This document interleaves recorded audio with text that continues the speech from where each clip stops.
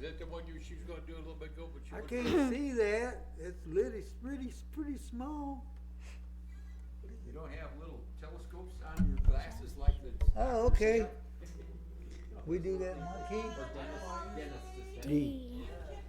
D for Deputy Doe. What's she gonna do?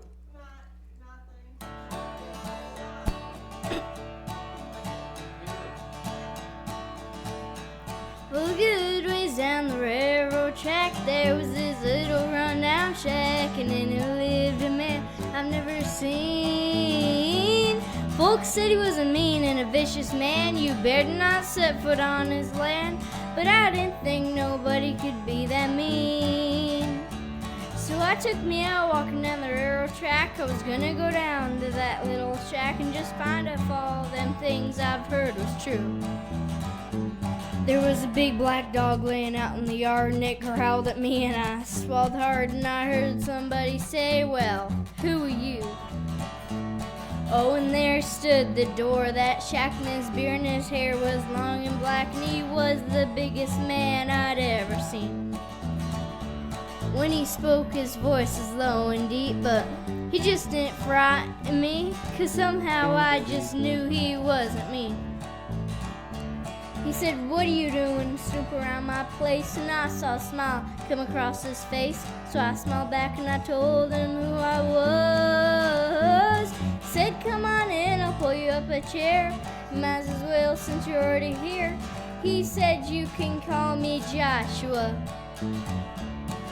Joshua, Joshua, what you doing living here all alone? Joshua, Joshua, ain't you got nobody to call your own? We talked till the sun was clear out of sight, and we still talk when it came daylight, 'cause there was just so much we had to say. I'd spent my life in an orphan's home, and just like him I was all alone. So I said yeah when he asked if I would stay. Oh, we grew close as time went on. That little shack was a happy home, and we just couldn't help but fall in love. That big black dog in that little shack, sitting down by the railroad track, it's plenty good enough for me and Joshua. Joshua, Joshua, why you just been what I'm looking for? Joshua, Joshua, you ain't gonna be lonesome anymore.